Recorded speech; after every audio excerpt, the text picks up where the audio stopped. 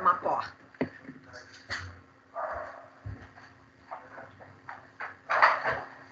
Pode começar, por favor, doutora.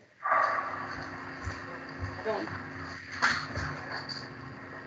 Boa noite a todos. Então, sejam bem-vindos. Agradeço a presença de vocês.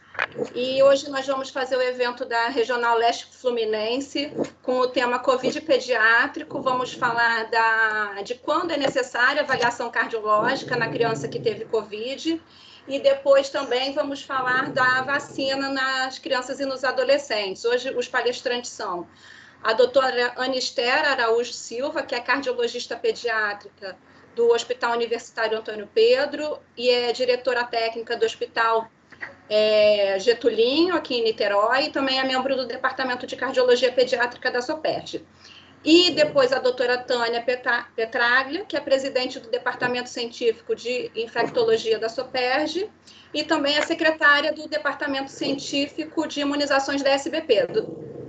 Então, acho que a gente pode começar. Primeiro, a Anister vai falar das indicações cardiovasculares, da avaliação cardiovascular no Covid pediátrico. Ana, a palavra está com você. Obrigada pela presença de todos. Então, vamos lá. Queria, então, agradecer o convite, né, em especial a Ana Flávia, né, pelo convite pessoal que me fez. E vamos lá, vamos ver o que a gente tem para falar. Deixa eu compartilhar aqui. Vai começar. Pera.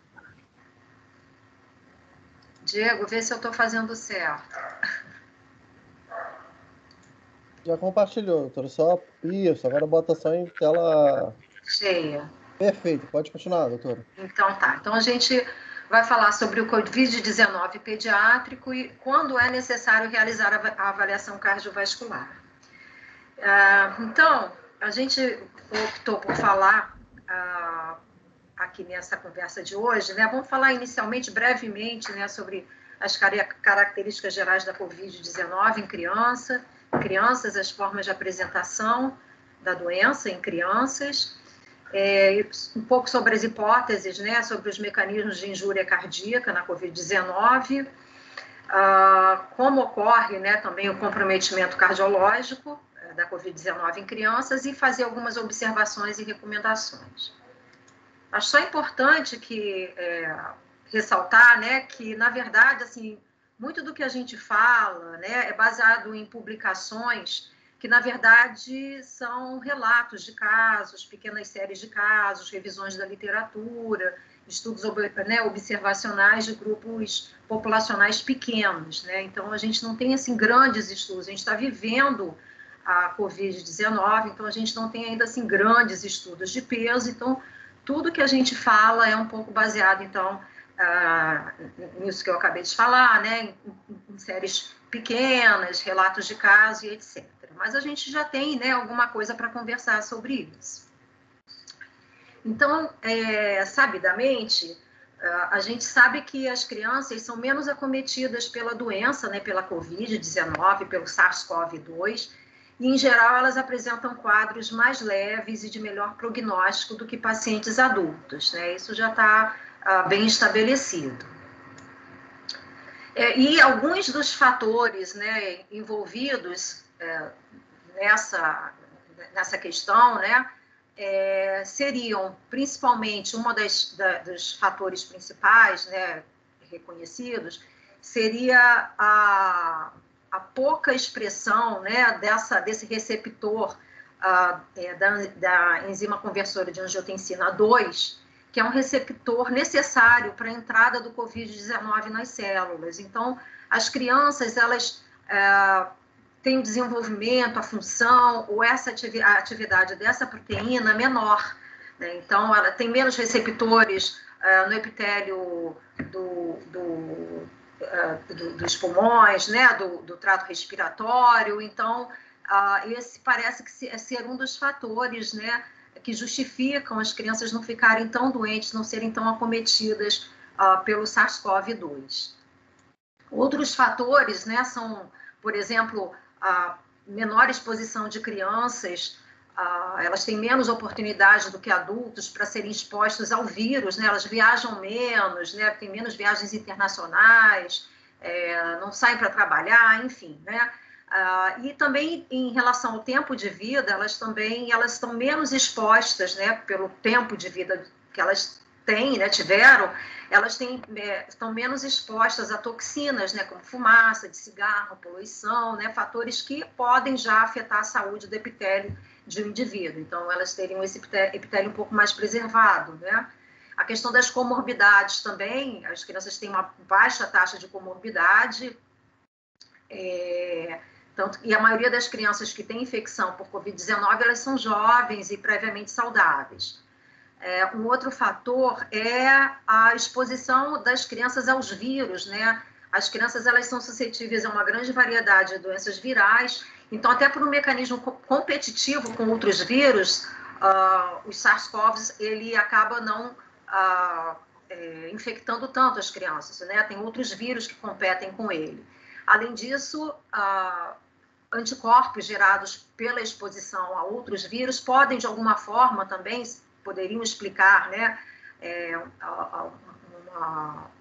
um adoecimento menor, porque eles poderiam, de alguma forma, esses anticorpos darem uma resposta parcial protetora a essas crianças. A outra questão é a resposta inflamatória. A gente sabe que, principalmente em adultos, né, eles podem apresentar uma resposta inflamatória bastante importante, né, que causa muito adoecimento. E as crianças, elas secretam menos pró-inflamatórios do que os adultos, né? Então, os adultos, eles experimentam uma resposta inflamatória mais pronunciada do que as crianças, né? Uma exposição semelhante ao SARS-CoV. E, além disso, as crianças têm uma resposta imune inata que é mais ativa do que os adultos, né? Com a evolução natural do timo ao longo do tempo, você tem um declínio das células T circulantes, né? Então, devido a isso, o sistema imunológico em adultos parece ser menos capaz de ser adaptativo do que o das crianças, né? Então, esses são talvez os fatores, são hipóteses, né? Mas são fatores que poderiam justificar o fato das crianças serem menos acometidas pela Covid-19. Bom, mas quando a criança é acometida, quais seriam as formas de apresentação, né? A gente tem a criança que tem o Covid agudo e na grande maioria das vezes, o que ela vai ter são sintomas gerais, né? Sintomas gripais leves, gastrointestinais, febre, dor muscular, então a grande maioria fica por aí, mas obviamente alguns podem evoluir, né, para síndrome respiratória aguda grave, pneumonia fulminante, falência de órgãos, mas o grande número de crianças fica com essa forma de apresentação mais leve. Uma outra forma de acometimento é a síndrome inflamatória multissistêmica pediátrica, que é uma doença, uma síndrome de apresentação mais tardia e que ela aparece, como a gente diz, a síndrome inflamatória multissistêmica, que ela está relacionada ao Covid, temporalmente associada ao Covid. Então, essas crianças, elas apresentam um quadro após o contato com alguém que teve Covid, ou após elas terem apresentado um quadro de Covid, elas, após esse período, então, elas podem apresentar febre, manifestações cutâneas e um quadro inflamatório multissistêmico intenso que pode ser muito grave. Isso, inclusive, né, com o aparecimento, com a identificação dessa doença, se mudou um pouco o paradigma até de que as crianças não são gravemente afetadas pelo SARS-CoV-2, né, porque essa doença mais tardia, inflamatória, multissistêmica, ela pode, sim, se manifestar de forma grave nas crianças. E por que então a gente está falando aí de avaliação cardiovascular em crianças com Covid, né? Tudo começa um pouco com a questão dos adultos, porque, na verdade, a gente sabe que nos adultos o envolvimento cardiovascular, ele é uma complicação bastante importante que leva o paciente à morte, né? Então, a gente já está, né, estabelecido que, por exemplo, pacientes que tenham como comorbidade doenças cardiológicas, eles podem adoecer de forma mais grave, e mesmo aqueles, né, que não tenham doença, eles podem apresentar durante o adoecimento por COVID manifestações cardiovasculares bem importantes, né? Então, é isso. E em crianças, é por isso que a gente está querendo saber quando que a gente avalia as crianças, né? Porque a gente já sabe, né, que está estabelecido esse acometimento cardiovascular em adultos, e a gente quer saber quanto a gente tem que se preocupar com as crianças em relação a essa avaliação cardiovascular. Então, antes de falar das crianças, eu vou aqui também falar um pouquinho quais são as hipóteses, inclusive para adultos, né, para essa injúria miocárdica. Então, um dos fatores é a injúria direta do vírus no miocárdio, né? Então, é o acometimento do miocárdio por um vírus, como qualquer outro, né, que tenha tropismo pela célula miocárdica. Então, parece que o SARS-CoV, ele pode causar a injúria direta no cardiomiócito, né? Isso já tem alguns relatos, né, da identificação em biópsia miocárdica do vírus, do RNA do vírus, ali no miocárdio, tá? Então, existe a injúria direta pelo vírus. E existem também algumas outras causas mais indiretas, né? Então, outras causas seriam, por exemplo, essa resposta imune anormal que pode acontecer durante a COVID, né, com aquela tempestade de citocinas. Então, esse exagero de pró-inflamatórios na circulação também podem causar alteração no miocárdio, né, podem causar lesão miocárdica, a gente já sabe disso.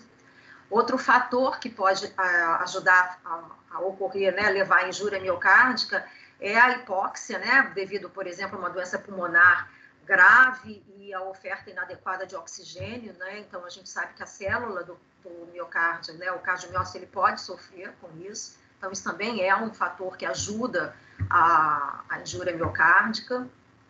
Fatores tromboembólicos também.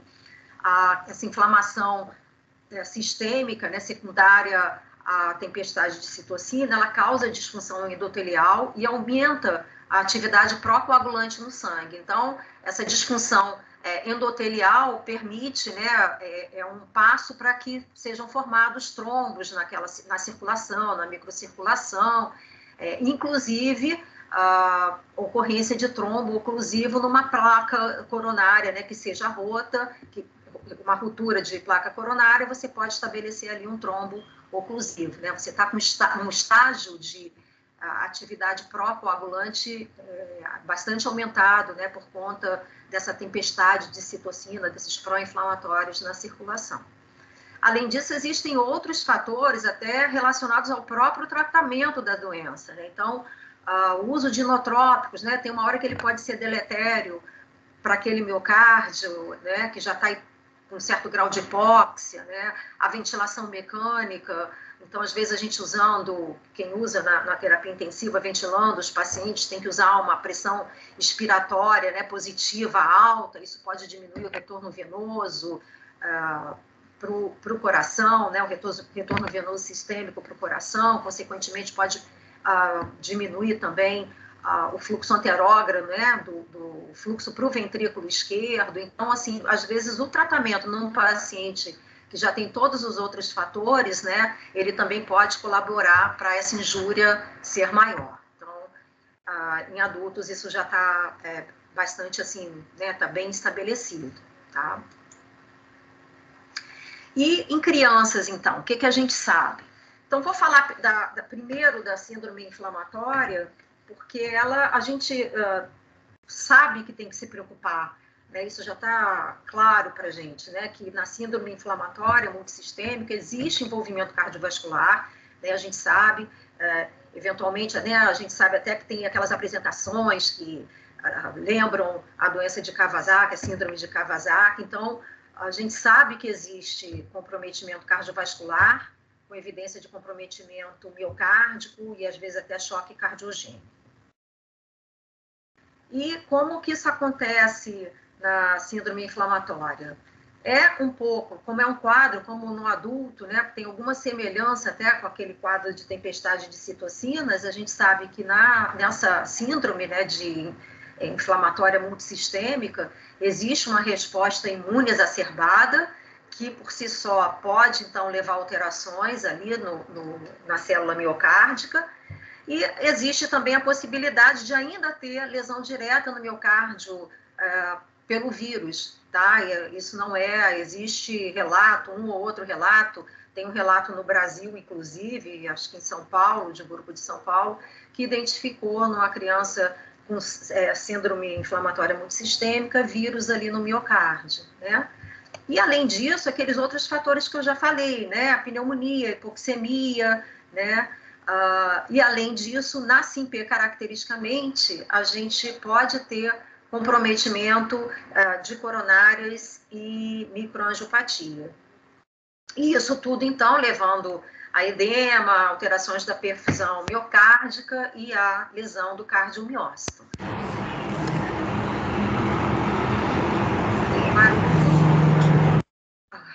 Tá bom. Então, na SINP, a gente está bem claro, né, o acometimento do coração, né? A gente não tem dúvida de que a gente tem que se preocupar com esse órgão na criança que tem como hipótese diagnóstica a síndrome inflamatória multissistêmica. Agora, mesmo sabendo disso, né, que existe, os estudos, é lógico que existem crianças que evoluem mal e que morrem, existe, né? Ela é uma grande causa de óbito em pacientes com Covid, né? A SINP é uma causa de óbito em crianças relacionadas à Covid, né? Mas aquelas crianças que se recuperam, os estudos mostram que a fração de ejeção do ventrículo esquerdo, geralmente ele normaliza na maioria dos pacientes em 1 a 2 semanas, mesmo naqueles com disfunção grave.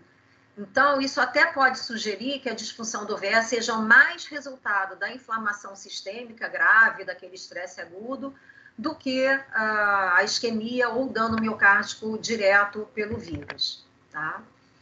Além disso, outra característica da SINP é que aqueles aneurismas da artéria coronária, que realmente podem estar presentes, eles geralmente são pequenos em tamanho, eles regridem, né, ao diâmetro normal do lúmen interno em algumas semanas, principalmente naquelas populações que foram, naquelas crianças tratadas com imunoglobulina, e isso sugere também que a dilatação da coronária nessa síndrome, ela seja mais frequentemente em decorrência de uma vasodilatação por conta de um ambiente, né, altamente pró-inflamatório, tá? Então, apesar da SINP ser uma doença grave, né, causa de óbito em crianças com Covid, a fração de ejeção, ela tende a normalizar, o aneurisma, ele tende a regredir, assim, precocemente, né, em pouco tempo. Isso não significa, a gente não tem, quer dizer, isso são alterações que têm se visto, como eu disse, são estudos iniciais, mas nada disso ainda pode nos garantir que não seja importante o acompanhamento desses pacientes, né? E é o que deve ser feito. A gente acaba tendo que acompanhar esses pacientes mesmo com esses achados de normalização logo após, né? Pouco tempo após a doença mais grave. Tá? É importante que sejam acompanhados até que a gente tenha certeza de que eles realmente foram curados, não ficaram com sequela.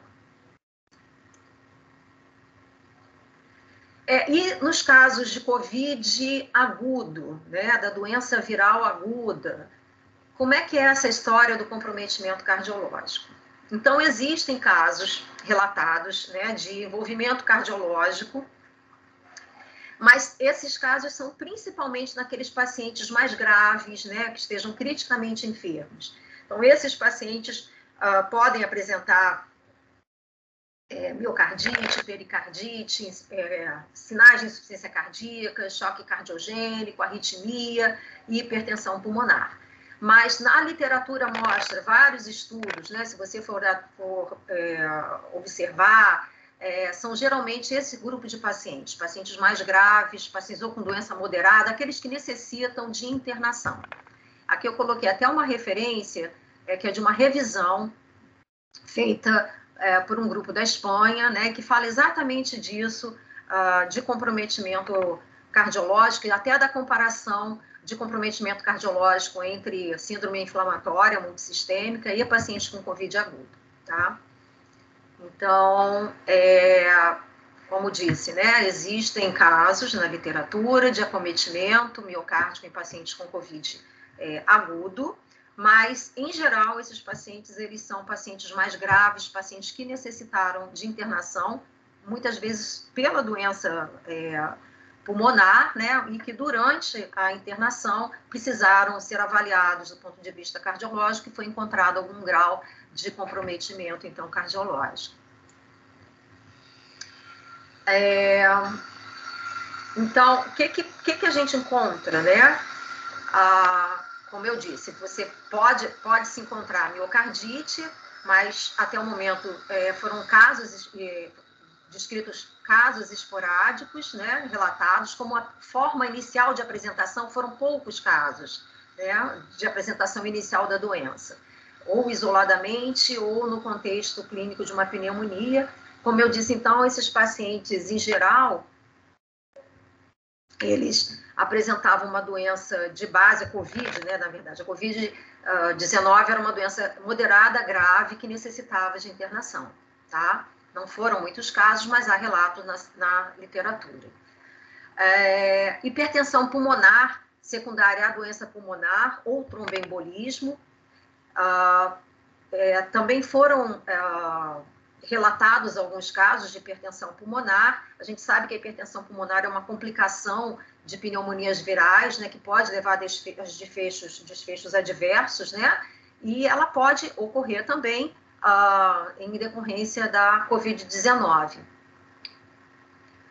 Mas ela não tem sido, a hipertensão pulmonar, ela não tem sido relatada na Covid-19 em crianças como uma das principais características da doença, de forma até diferente do adulto, onde se tem muita preocupação, né, com essa questão do tromboembolismo pulmonar, da hipertensão pulmonar. Então, apesar da hipertensão pulmonar ser possível de ser encontrada, principalmente naqueles pacientes com uma doença pulmonar viral importante, como a hipertensão pulmonar secundária ao tromboembolismo pulmonar maciço, ela não tem sido relatada, como ocorre, então, com adultos, né, em decorrência, né, como eu falei, né, do tromboembolismo, tá?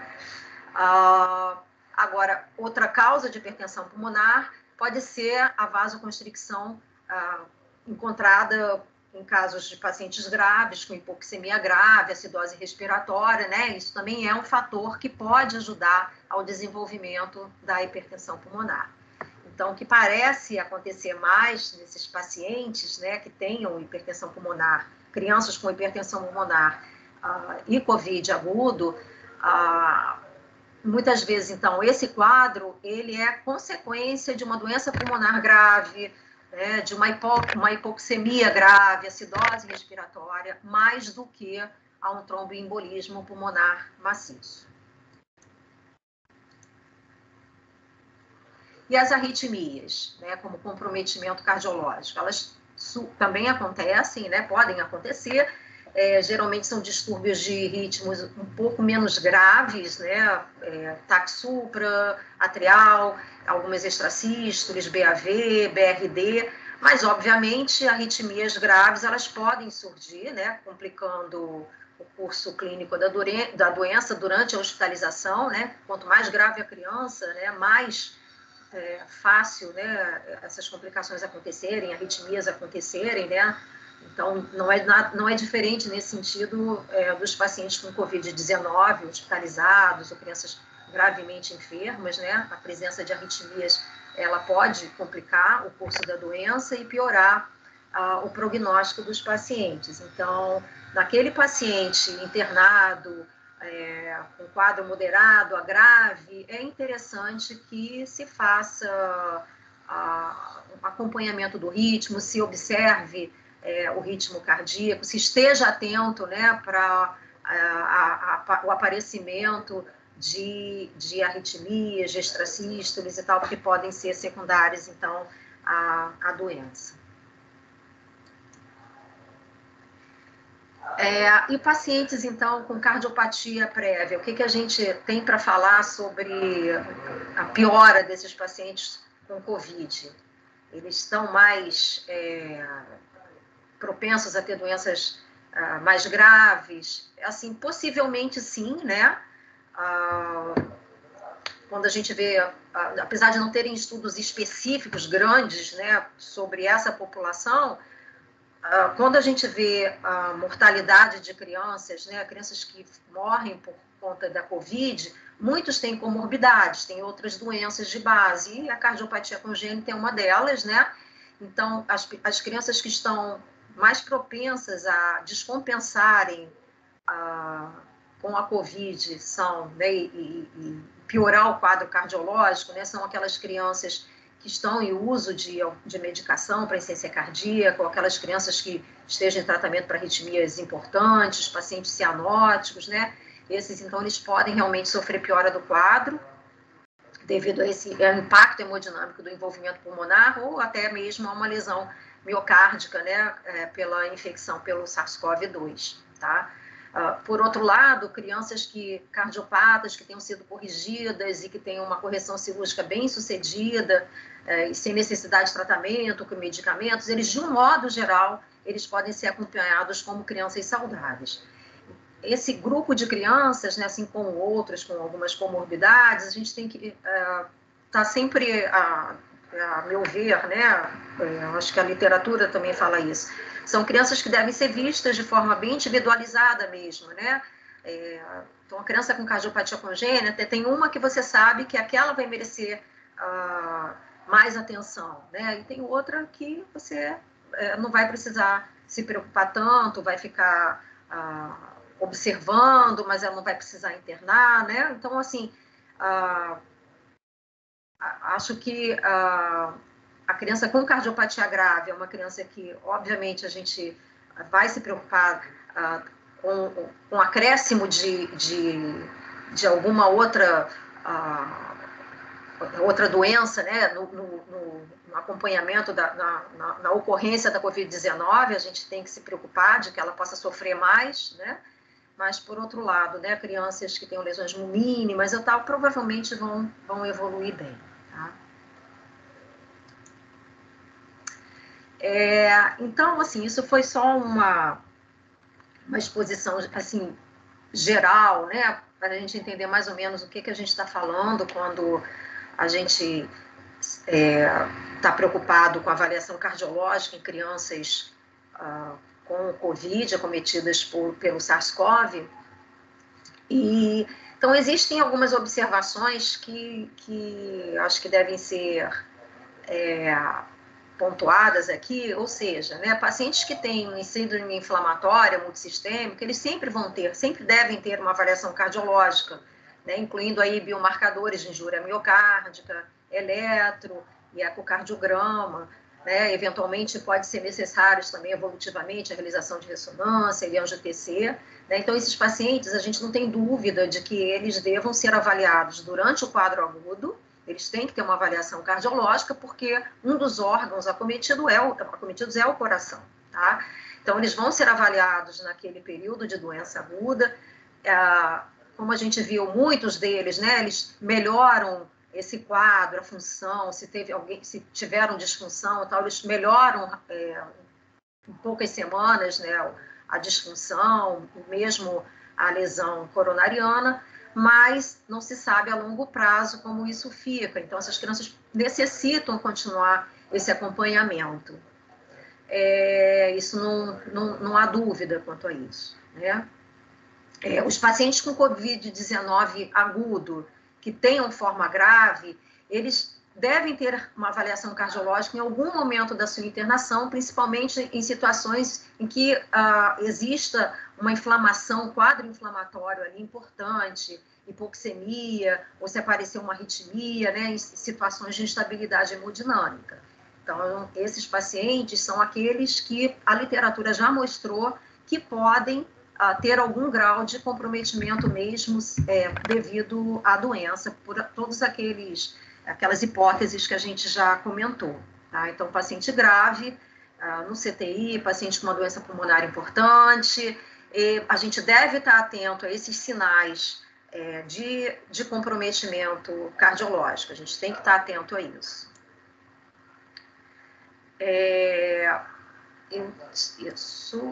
Né? E aí, nesse quadro, nesses pacientes, assim como na SINP, pode ser necessário, a gente vai ter que dosar a troponina, o BNP, isso já é um indício de que possa estar havendo algum tipo de injúria miocárdica. Isso ocorrendo, a gente prossegue a investigação, a gente realiza um eletro, realiza um ecocardiograma, para poder ver realmente, confirmar se está havendo realmente algum tipo de comprometimento cardiovascular.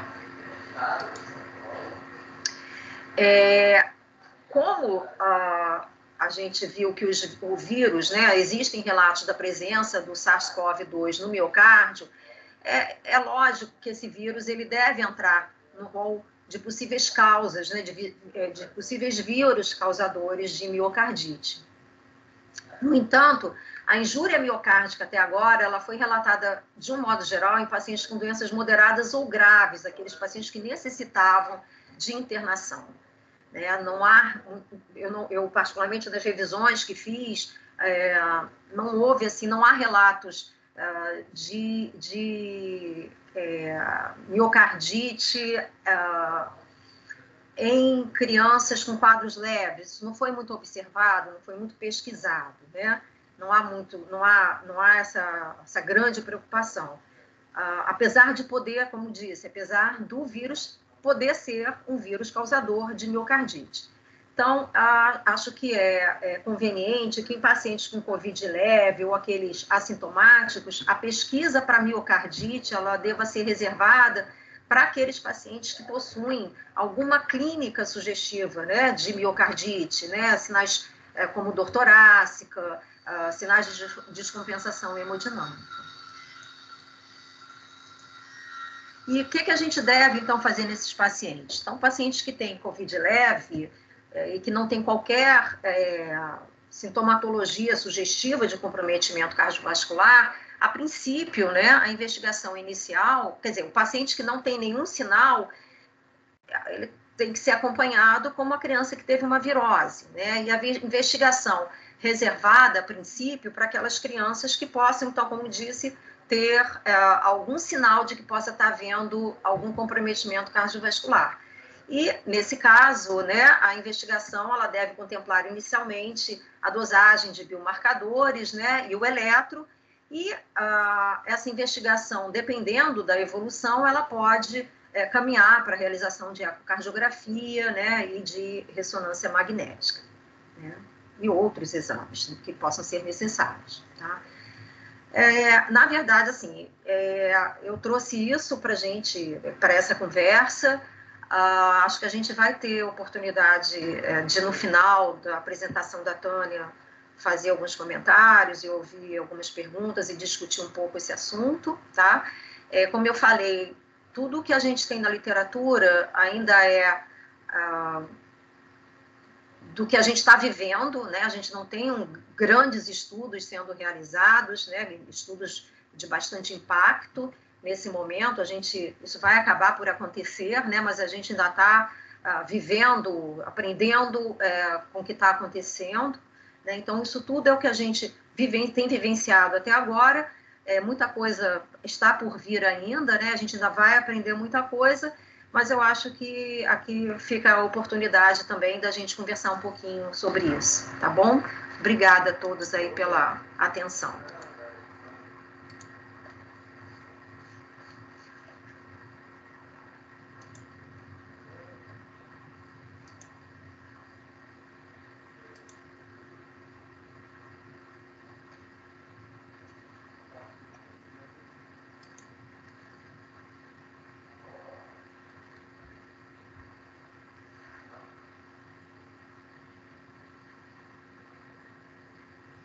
Oi, Diego. Oi, doutora, tá tudo certo, pode ir. Obrigada, Diego. Boa noite para vocês. Eu gostaria de agradecer o convite, à diretoria da SOPERJ, especialmente a Ana Flávia, né, que foi quem me contactou. Vou fazer uma abordagem bem prática sobre o assunto, bem focada. Para essa aula eu tenho conflitos de interesses, eu recebi patrocínio da Pfizer para algumas aulas para promover o CRI, né, para levar o CRI para outras regiões do país. E também eu tenho trabalho de pesquisa clínica com biomanguinhos e outras inserções dentro de biomanguinhos. Bom, então, para falar em vacina Covid, a gente precisa saber qual é a carga da doença em crianças e adolescentes, para a gente saber qual a importância de vacinar essa faixa etária.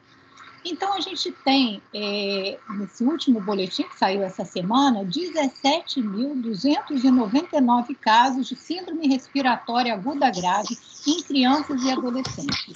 O que eu chamo a atenção é como tem uma incidência alta em menores de 1 ano. Se nós formos comparar com essa outra coorte de 1 a 5, é praticamente a mesma coisa. Então, como as crianças abaixo de 1 ano, elas têm evoluído de uma forma não satisfatória, né? Tem tido desfechos mais graves. Também chamo a atenção em relação aos óbitos, que a gente, em relação a óbitos, nós percebemos nitidamente essa diferença em menores de 1 ano. Então, 360 óbitos em menores de 1 ano para 181 de 1 a 5 e de 6 a 19 anos também 704 óbitos. Lembrando que em 2020 o número total de casos de síndrome respiratória aguda foi de 14.638. Atualmente nós já ultrapassamos a cifra de 2020 e para óbitos também, né? Nós tivemos o ano inteiro 1.203 em 2020 e já estamos em 1.254. Então, a gente tem mais de 2.400 óbitos em crianças e adolescentes por Covid. Em termos de números absolutos, se nós formos comparar com as demais faixas etárias, a gente vai chegar à conclusão que isso é uma carga baixa. Realmente, a carga da doença, em termos proporcionais às demais faixas etárias, é menor. Mas se nós levarmos em conta esses números absolutos, é muito mais do que todos os óbitos por meningite, tuberculose, sarampo, por todas as demais doenças imunopreveníveis que nós temos. Então, isso é um fato bem relevante, é uma carga bem alta em pediatria, embora a maioria sejam casos leves ou assintomáticos. Em relação à síndrome inflamatória multissistêmica, que faz parte dessa análise, né, se vale a pena o risco-benefício para a vacinação nessas faixas etárias, nós temos 2.264 notificações e confirmados 1.307 casos. Nos Estados Unidos, são mais de 4.000 casos confirmados. E a distribuição por faixa etária, a maioria de 1 a 9 anos.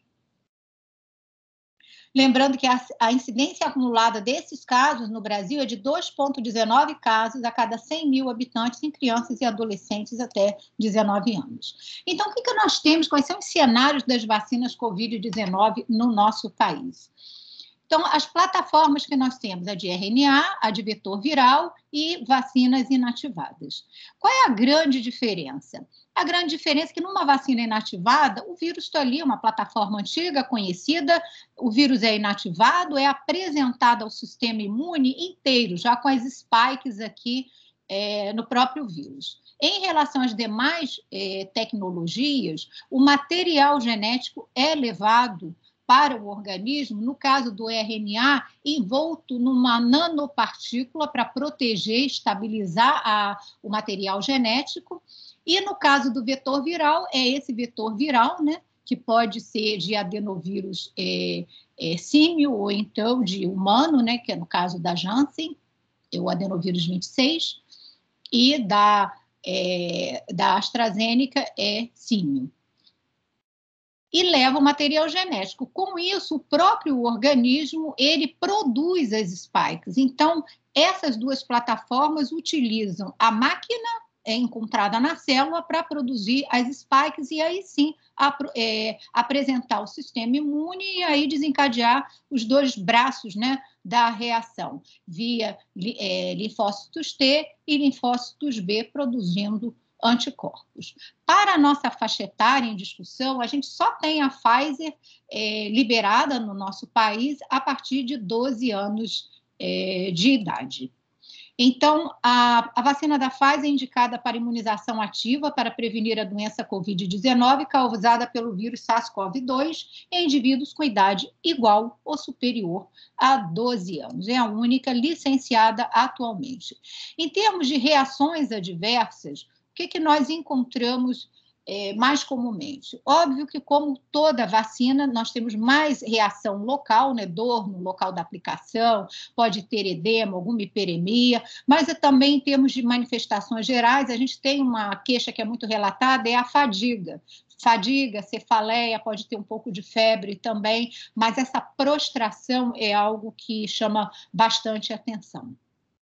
E eles, na bula, eles pedem para observar o paciente 15 minutos após a vacinação. Na verdade, isso seria uma prática para todas as vacinas, mas a gente, na pressa, né, do dia a dia, no volume de atendimento, isso acaba ficando desprezado. Mas é uma recomendação de bula e é segura por conta de reações anafiláticas que eles tiveram no início, logo no início do uso dessas vacinas nos países de primeiro mundo.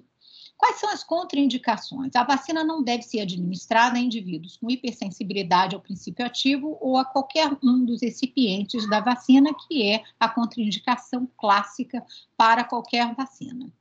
Eu trouxe esse estudo que saiu dia 15 de agosto, mostrando a eficácia nessa população de 12 a 15 anos, porque a vacina, o estudo original, ele já era feito a partir de 16 anos. A da Moderna, que é a outra vacina de RNA, foi feita a partir de 18 anos, mas a da Pfizer foi a partir de 16. Por isso que, ao estudar adolescentes, eles estudaram de 12 a 15 anos. Então, foi um estudo que eles randomizaram, né, 1 para 1, com o grupo controle e o grupo placebo, com um intervalo entre doses de 21 dias, uma concentração de 30 microgramas.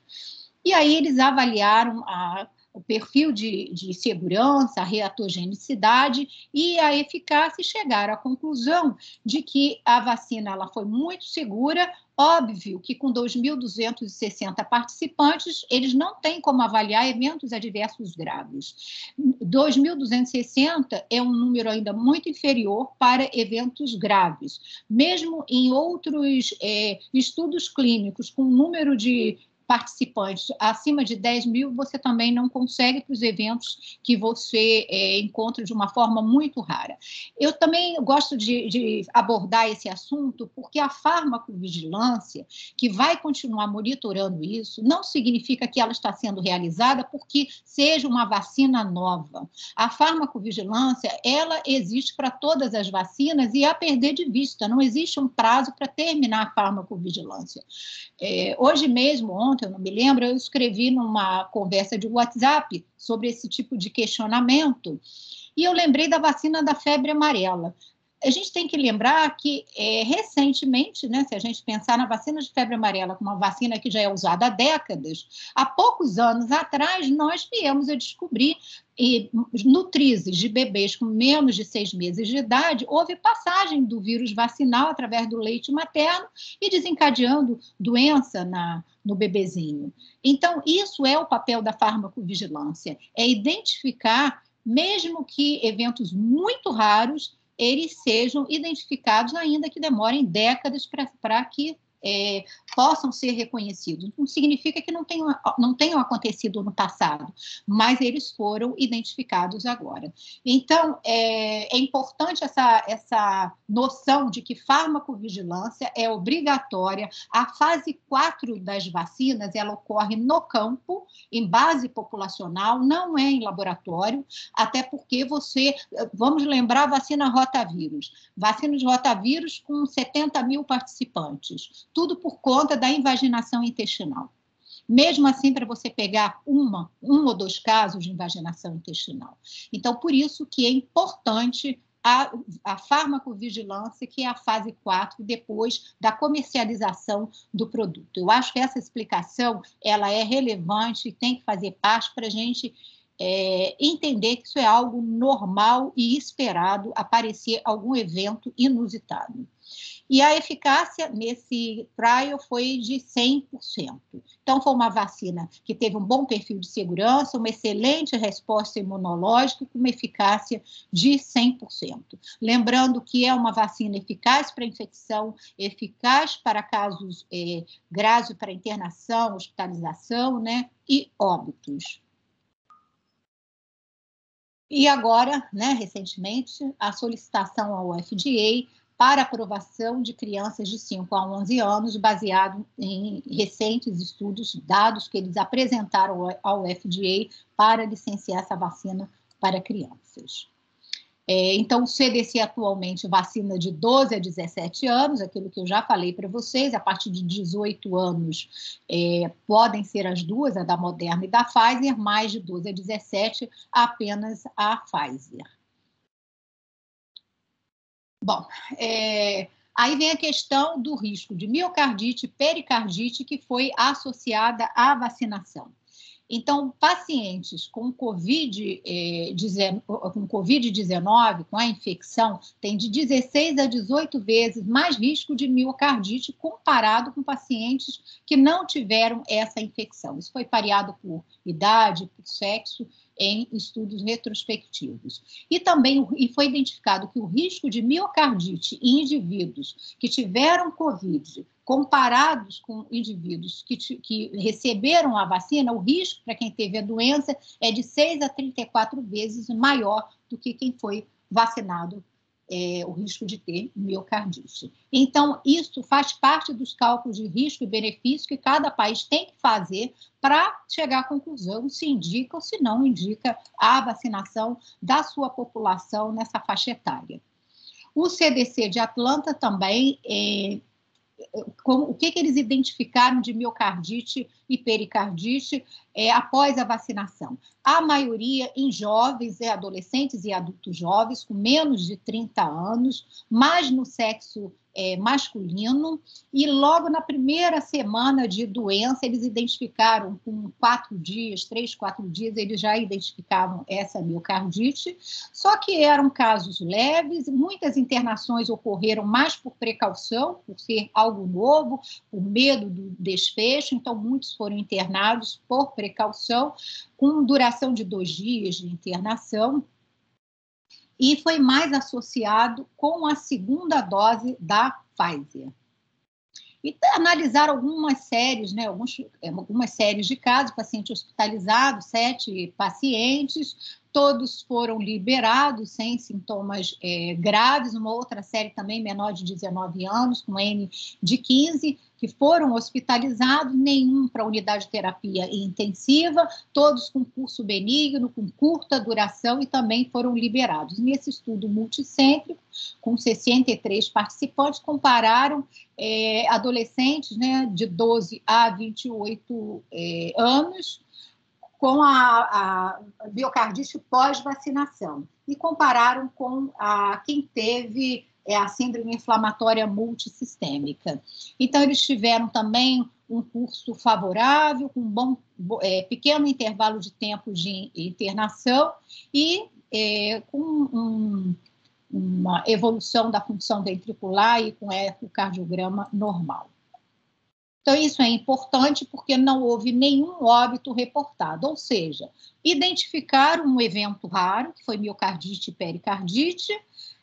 Alguns foram hospitalizados, na maioria das vezes, por precaução e não identificaram nenhum óbito por conta desse evento adverso. No Canadá, eles avaliaram a vacinação dessas crianças de 12 a 15 anos, porque eles já vacinavam a partir de 16, né, com a Pfizer, depois avaliaram a introdução de 12 a 15 anos, baseado também nessa questão de que vale a pena, já que crianças, a maioria tem sintomas leves ou são assintomáticas, vale a pena vacinar, e eles fizeram toda essa avaliação, avaliaram também a questão da síndrome inflamatória multissistêmica, e o que eu chamo a atenção é a discrepância entre a mortalidade em países de primeiro mundo e a mortalidade para a doença, não só para SIMP, mas também para Covid em geral, para síndrome respiratória aguda grave. No Brasil, a mortalidade é muito maior, varia de 5 a 15 vezes mais do que os países desenvolvidos. E outra análise que eles levaram em consideração para a vacinação dessa faixa etária é perseguir uma proteção de rebanho necessária para o controle da pandemia. Sinceramente, hoje em dia, eu sou incapaz de traçar qualquer comentário, qualquer projeção em termos de porcentagem de necessidade de proteção de rebanho. Antes, nós tínhamos um cálculo para variantes que tinham uma capacidade de transmissão de um caso para 2 pessoas. Atualmente, com a Delta, um contaminado, ele pode transmitir para 5 pessoas. Então, qual será essa porcentagem de proteção de rebanho? Na minha concepção, isso aí é desconhecido, eu acho que está longe de nós conseguirmos. Nós vamos ter que vacinar o máximo possível, manter as medidas de controle não farmacológicos, porque a gente sabe que tem escape vacinal para essa variante Delta, então mesmo pessoas vacinadas ainda têm o risco de adquirir a doença, embora óbvio que a taxa de ataque é muito maior em pessoas não vacinadas do que em vacinados. E um outro questionamento também que eles trouxeram à tona, e que é a preocupação de todos, se esses altos títulos de anticorpos poderiam levar a um aumento desses eventos adversos mais raros, como a miocardite e a pericardite. Então, é a farmacovigilância que precisa ser implementada e deve ser feita com a maior responsabilidade e correndo atrás, busca ativa dos casos, para poder investigar adequadamente. E outra questão importante na farmacovigilância é o seguinte: não adianta notificar sem investigar. Notificou evento adverso grave, tem que investigar, porque pode não estar associado à vacina e ficar rotulado como uma consequência da vacinação. E a questão da presença de doença de base, que isso aí eu acho que já é uma unanimidade, que adolescentes com doença de base, eles têm um fator de risco aumentado para a Covid. E agora, em torno de uma semana, no máximo 10 dias, o Reino Unido, que não era favorável à vacinação abaixo dos 16 anos, passou a considerar essa possibilidade e eles liberaram a vacinação. Eles avaliaram o cenário de alta circulação, alta incidência da doença, com cenário de baixa incidência, de baixa circulação da doença, para avaliar se valeria a pena vacinar ou não essa população. Então, em termos de vacina causando miocardite, está aqui o risco de 160, tanto para, logicamente, o risco é o mesmo para alta incidência como baixa incidência, mas os desfechos em relação ao grupo vacinado em azul para o não vacinado em vermelho, para todos os desfechos estudados, internação em UTI, hospitalizações por Covid, hospitalização em geral, ventilação, todos os desfechos foram favoráveis num cenário para vacinação do que num cenário sem vacinação, independente da circulação do vírus. Então, por conta disso, eles passaram a recomendar a vacinação para adolescentes. A outra vacina que tem trabalho publicado em faixa etária de crianças e adolescentes é a Coronavac, que, como eu falei, é uma vacina inativada. Ela é absorvida, inativada, indicada para imunização ativa para a prevenção dos casos de Covid-19 em indivíduos com 18 anos ou mais que sejam suscetíveis ao vírus. Essa é a indicação aprovada em bula aqui no Brasil. Então, a partir de 18 anos e com ela foi licenciada, mas de forma emergencial. A Pfizer tem a licença definitiva. Em termos de reações adversas, realmente é a menos reatogênica, é uma plataforma que nós já conhecemos há muito tempo, com várias outras vacinas. A maioria é reação local, até porque o adjuvante é o alumínio, que dá mesmo uma reação local maior. Reações sistêmicas praticamente comparadas ao grupo placebo. A gente pode ver aqui o grupo vacinado com o grupo placebo, só para a dor que foi mais, o restante foi tudo a mesma coisa. Só houve um relato na pós-comercialização de casos de Guillain-Barré, mas também já tem para outras vacinas, e isso aí ainda não se tem noção se isso é associação temporal. Ainda é incerto, o número ainda também não é expressivo e não tem como rotular isso como um evento ligado com nexo causal à vacinação. Contraindicações. Em caso de qualquer uma das seguintes condições, o uso da vacina absorvida é contraindicada. Alergia a qualquer um dos componentes desta vacina e pacientes com febre, doença aguda e início agudo de doenças crônicas. Eles aqui já são mais conservadores e pedem uma contraindicação no caso de doença aguda. E aí o trabalho que eles publicaram, um estudo de fase 1 e 2, 72 participantes na fase 1 e 480 na fase 2. Só que dividiram em vários braços e dividiram também por concentração de antígeno, um braço com 1,5 micrograma e outro braço com 3 microgramas, e eles avaliaram soroconversão e imunogenicidade. Tem uma crítica em relação ao trabalho que eles não fizeram estudo ponte, eles não compararam a criança com acima dessa faixa etária, né? Acima dos 17 anos. Você deveria comparar. A Pfizer fez isso, né? Fez a gente chama de estudo ponte. Você compara a imunogenicidade de um grupo com o outro para ver, usando, obviamente, a mesma metodologia, para comparar, para ver se eles são iguais, se as respostas imunológicas elas são iguais. Um exemplo muito fácil da gente entender aconteceu com o HPV, quando eles estudaram adolescentes e mulheres acima de 15 anos. Por quê? Porque você não iria colocar adolescentes, né, exposto a contato sexual. Então, você não poderia trabalhar desfechos clínicos, você só poderia trabalhar a questão da imunogenicidade. Então, vacinou-se adolescente, comparando a imunogenicidade nesse grupo de adolescentes com os outros grupos que realmente aí você tinha desfecho clínico como parâmetro de eficácia. Mas para os adolescentes só tinha estudo ponte, que era a comparação de títulos de anticorpos. Então, isso aqui seria alguma coisa que foi uma das críticas da Anvisa, com essa pauta de estudo ponte. Mas o resultado foi bom, houve uma soroconversão importante, com títulos também de anticorpos altos, principalmente na concentração maior de 3 microgramas e, em termos de eventos adversos, são irrelevantes, em geral, são os eventos ligados ao local da inoculação. E o Chile, agora, eu acho que foi dia 7 de setembro,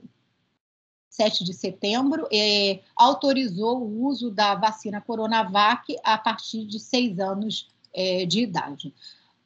O Butantan submeteu esses estudos à Anvisa, mas a Anvisa avaliou e encontrou algumas necessidades extras de mais esclarecimentos, anexar mais documentos, algumas críticas em relação a isso que eu falei, a divisão dos grupos, ao número de participantes ainda ser muito pequeno para poder avaliar eventos adversos. Então, os dados apresentados são insuficientes para estabelecer o perfil de segurança na população pediátrica.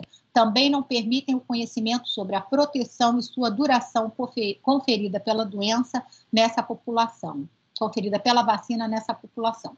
Então, comparando risco-benefício, foi desfavorável para o uso da vacina em população pediátrica, porque ficaram faltando dados e, à medida que o Butantan conseguia apresentar esses dados, obviamente, novas avaliações serão realizadas. E, finalmente, a inclusão de crianças e adolescentes de 12 a 17 anos com ou sem deficiência permanente, comorbidades, os privados de liberdade, bem como as gestantes, e aí eu lembro as nossas gestantes adolescentes, né, que, só para vocês terem uma ideia, foram 27 óbitos de 10 a 19 anos e 560 casos de síndrome respiratória aguda grave em adolescentes gestantes. Houve aquela interrupção, houve aquele evento adverso lá em São Paulo, mas não conseguiram estabelecer nexo causal com a vacinação e foi afastada a vacina como causa da doença nessa adolescente de São Paulo. Portanto, foi liberada a vacinação nessa faixa etária no Brasil com a vacina Pfizer. E mais uma atualização, a questão da orientação da manutenção de um intervalo de 14 dias entre as vacinas Covid-19 e as demais vacinas fundamentou-se principalmente na necessidade de monitoramento mais aprofundado do perfil de segurança. Então, houve essa primeira recomendação de manter o intervalo de 14 dias entre as vacinas, qualquer que fosse ela em relação à Covid, antes ou após a aplicação, por conta de nós não conhecermos os eventos adversos raros. A gente precisava monitorar e não poderia haver nenhum fator de confusão. Por isso que foi, num primeiro momento, foi solicitado esse intervalo. Porém, no momento, o que a gente tem vivenciado na ponta é um estresse no CRI, por exemplo, os pacientes que precisam entrar com drogas imunossupressoras, pacientes que estão na fila do transplante logo no início da fila e que precisavam ser vacinados, e a gente com essa questão aí da vacinação, com esse intervalo. Então, isso precisava de uma solução. Nós já temos uma vacinação com milhões de doses aplicadas no mundo inteiro, vários países já agora, recentemente, acabando com essa questão do intervalo, alguns países mantendo 7 dias, mas já avaliando a suspensão desse intervalo. Nós temos a campanha de vacinação, né, de influenza que correu paralelamente, a gente conhece a recomendação, com baixa adesão, e isso dificulta muito a cobertura vacinal. E agora, com o lançamento da campanha de multivacinação, isso aí não poderia continuar acontecendo. Então, as vacinas Covid-19 poderão ser administradas de maneira simultânea com as demais vacinas ou em qualquer intervalo, ou seja, não há mais intervalo para a vacinação Covid e as demais vacinas. Então, terminando, quais são os desafios para as vacinas Covid-19? Duração de proteção. Nós não sabemos ainda nem quanto tempo dura a doença e precisamos saber quanto tempo duram a proteção, qual a proteção dessas vacinas, das diversas vacinas que nós temos no nosso portfólio. Eficácia e segurança em grupos especiais, o quanto elas são eficazes em pacientes com algum grau de imunocomprometimento, com doenças crônicas, em populações que levam uma diminuição de resposta, a intercambiabilidade, a administração simultânea, eficácia diante das mutações virais, que é o que nós estamos vivendo agora, qual vai ser o comportamento, necessitamos de atualizações para essas variantes agora, os eventos adversos raros, a farmacovigilância precisa da notificação e, mais do que da notificação, da investigação. Indicação de vacinas específicas para determinados grupos vulneráveis. Então, a expansão dessa vacinação para grupos vulneráveis, idosos, nós já estamos ampliando, já estamos indicando a terceira dose para pacientes imunocomprometidos. É diferente de dose de reforço. Então, determinadas populações têm indicação de 3 doses. Como a gente tem para a hepatite B, nós não temos 4 doses dobradas, imunocomprometidos, né? HIV, usuários de drogas imunossupressoras, neoplasias, pacientes renais crônicos. Então, para a COVID, nós precisamos também avaliar esse comportamento de 3 doses nesses grupos de maior risco, mais vulneráveis. Então, a longo prazo, nós temos muito estudo pela frente, muito aprendizado, porque nós ainda sabemos muito mais do que sabíamos no início, mas ainda temos muito que aprender, tanto com a doença como com as vacinas. E, principalmente, a efetividade, avaliando o impacto no mundo real. Então, a efetividade agora é o que nós estamos precisando avaliar, o quanto que essas vacinas estão impactando em internações hospitalares, em UTI, em óbitos. Então, é isso. Muito obrigada e estou aberta aí a discussões.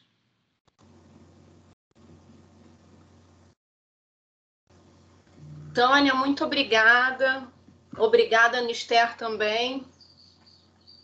Foram ótimas as aulas. Acho que a gente pode abrir agora um pouquinho para pergunta, né? Eu perdi o acesso aqui ao chat, eu caí no intervalo das 2 aulas e não sei se tem alguma coisa. Eu vou pedir ajuda a vocês, viu, Tânia e Anister? Se tem alguma dúvida no chat, vocês darem uma olhadinha, porque eu não estou mais com acesso ao chat. Não... Peraí, tem sim. Tem? Estou vendo. Tem uma pergunta para a Ana Flávia. Alguma recomendação de dosagem de dedímero, se elevado, como proceder sintomáticos, assintomáticos para a trombose? Acho que é para a Anistéria, né? Não tem problema. Bom, o dedímero, assim, a gente sabe que os fenômenos embólicos, eles são raros, né, em crianças, adolescentes, mesmo aqueles hospitalizados. Eu acho que o espaço para dosagem do dedímero seriam mais em pacientes hospitalizados, pacientes com quadros de Covid-19 agudo, mas que estivessem graves e que você tivesse alguma dúvida, algum questionamento, né, se pudesse ter, por exemplo, paciente que evoluísse com hipertensão pulmonar e tal, mas como a gente viu,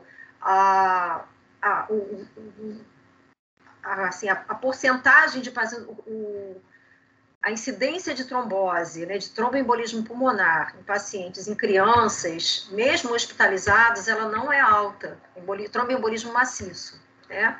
Então, assim, eu acho que se reservaria esse tipo de avaliação mais para os pacientes internados, pacientes com síndrome inflamatória multissistêmica, eles teriam valor, né? Teria valor você fazer,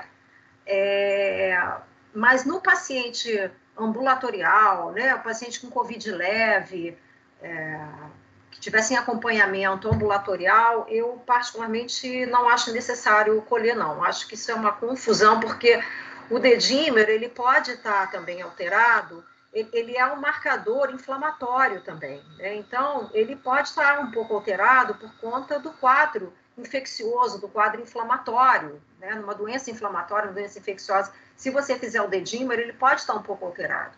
Então, eu não acho que... eu acho que ele pode ser um complicador, às vezes, sabe? Num caso de doença leve, paciente bem, assintomático, não acho que deva ser colhido, não. No paciente internado, com doença grave, no paciente, principalmente com uma síndrome inflamatória multissistêmica, aí ele tem o seu valor de ser colhido, sim. Não sei o que a Ana Flávia acha, o que a Tânia acha. Eu concordo com você, Anistéria. Eu concordo.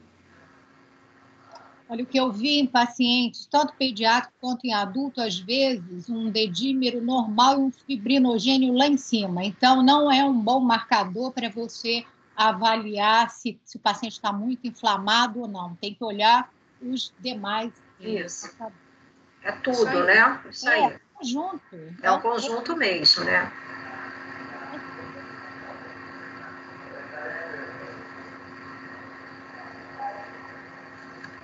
Tânia, não estou te ouvindo. Alguém está me ouvindo aí? Agora sim, melhorou. Sim, doutora. Qual periodicidade, é a pergunta da Adriana Fonseca, qual periodicidade de avaliação cardiológica vocês têm recomendado nos casos de SINP?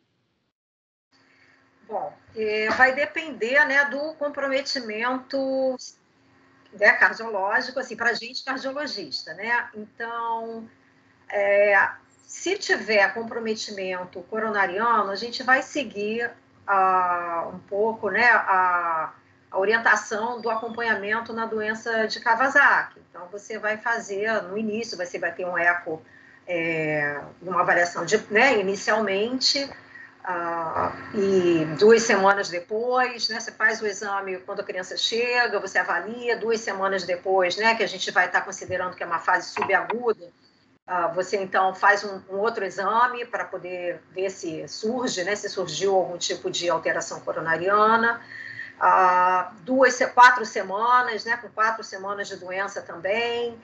E aí vai depender muito do que você encontrar, do tipo de lesão que você tiver, né?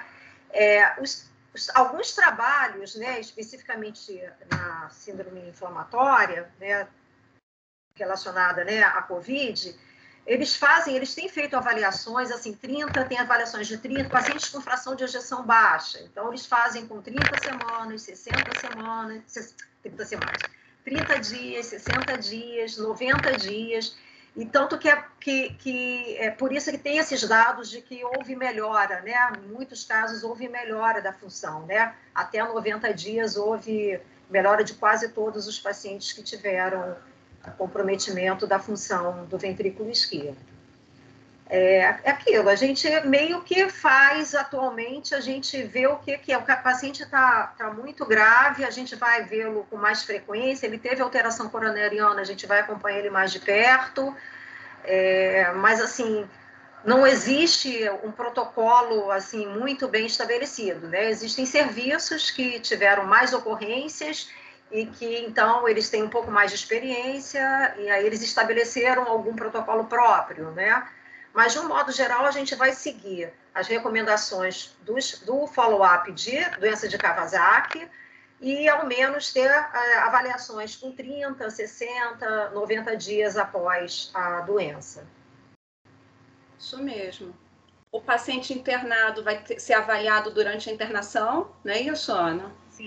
Sim, claro. E aí vai depender do fenótipo de apresentação que ele teve ali da síndrome inflamatória multissistêmica. Se for um fenótipo, né, de doença de Kawasaki, a gente vai acompanhar como o Kawasaki. Aí a gente vai querer ter uma imagem ali daquelas coronárias da fase subaguda da doença. Por isso que a gente repete, né, o eco ali com 2 semanas, não é isso? E depois a gente vai espaçando de acordo com a apresentação clínica do doente. Alguns a gente vai ver mais de perto, dependendo dos resultados iniciais, e outros a gente vai dar um intervalo maior entre uma avaliação e outra. Vai depender muito da apresentação clínica. Bom, tem uma pergunta para mim, se essa estatística de óbitos é por vacina também. Não. Aquele boletim 81 é a carga da doença, é só a doença. Não tem essa avaliação ainda de vacinação. Esses óbitos em relação à vacina, eles demoram muito a serem fechados, né? Isso aí a gente vai saber mais adiante. Mas certamente não tem nada de relevante, porque senão eles suspenderiam. Quando houve um caso mais grave, eles suspenderam a vacinação por um caso. Uhum. Bom, então eu não estou vendo mais pergunta aqui. Eu queria fazer uma pergunta, posso, Tânia, para você? Só para você relembrar a gente aqui, porque muitos dos pacientes com síndrome inflamatória multissistêmica, no tratamento deles, eles vão receber a imunoglobulina, né? Eu queria que você lembrasse aqui para a gente o intervalo, né, que a gente precisa aguardar para vacinar o paciente depois que ele recebeu a imunoglobulina, que a gente tem que atentar para isso, né? Isso, aí tem país que não está fazendo nenhum, tem país que está recomendando 14 dias e 3 meses para, se for específico, monoclonal. Tá. Então, na verdade, eu acho que não se sabe. Eu estava até lembrando da imunoglobulina antirrábica, que a imunoglobulina antirrábica no passado, a gente não fazia nenhum intervalo para vacina viral viva, e agora já tem. Então, eu acho que é mais uma outra coisa que não se tem uma resposta definitiva. Cada país está fazendo uma recomendação diferente. Entendi. Tudo é muito dinâmico, né? Muito dinâmico. Essas aulas gravadas, eu tenho até medo, porque a gente faz com 3 semanas de antecedência, aí vai falar de Covid, de vacina, com intervalo de 3 É muito tempo, né? Tânia já deve ter perdido a conta, né, de quantas aulas de vacina já deu. E cada aula você tem que ir modificando, né? Porque tem uma novidade a cada semana, ou mais de uma novidade na mesma semana, né? A Adriana está aí, eu dei uma aula para reumato e estou dando essa agora. São aulas completamente diferentes. Eu estava na mesa de reumato também, não foi? Então, por isso que eu estou cansada, né? Mas a gente precisa muito de você ainda. Você tem que ajudar a gente. Ai. É verdade. Alguém tem mais alguma pergunta? Se alguém quiser abrir o microfone também, pode ficar à vontade. E pessoas agradecendo, né? Elogiando, vocês estão de parabéns. Deixa-me ver se tem mais alguma coisa.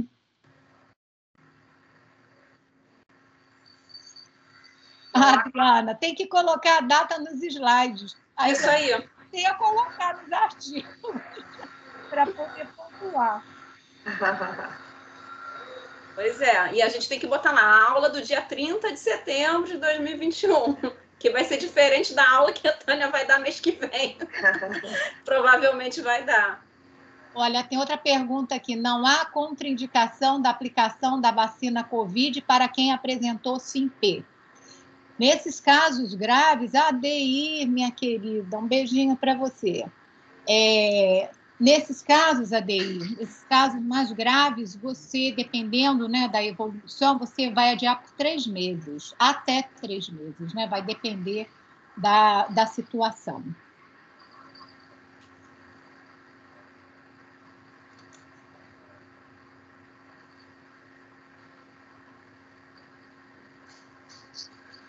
Pronto, acho que nós fechamos. Eu tenho que ir para outra aula que eu já estou atrasada. Nossa. Gente, então acho que a gente pode encerrar, né? Muito obrigada, viu, Anister, mais uma vez. Obrigada, Tânia. Obrigada, Soperge. Obrigada, Diego, viu, que está sempre aí dando apoio para a gente, né? Obrigado. É mesmo, Diego. Obrigada, viu? Você é muito paciente. Diego, especialmente para você aqui.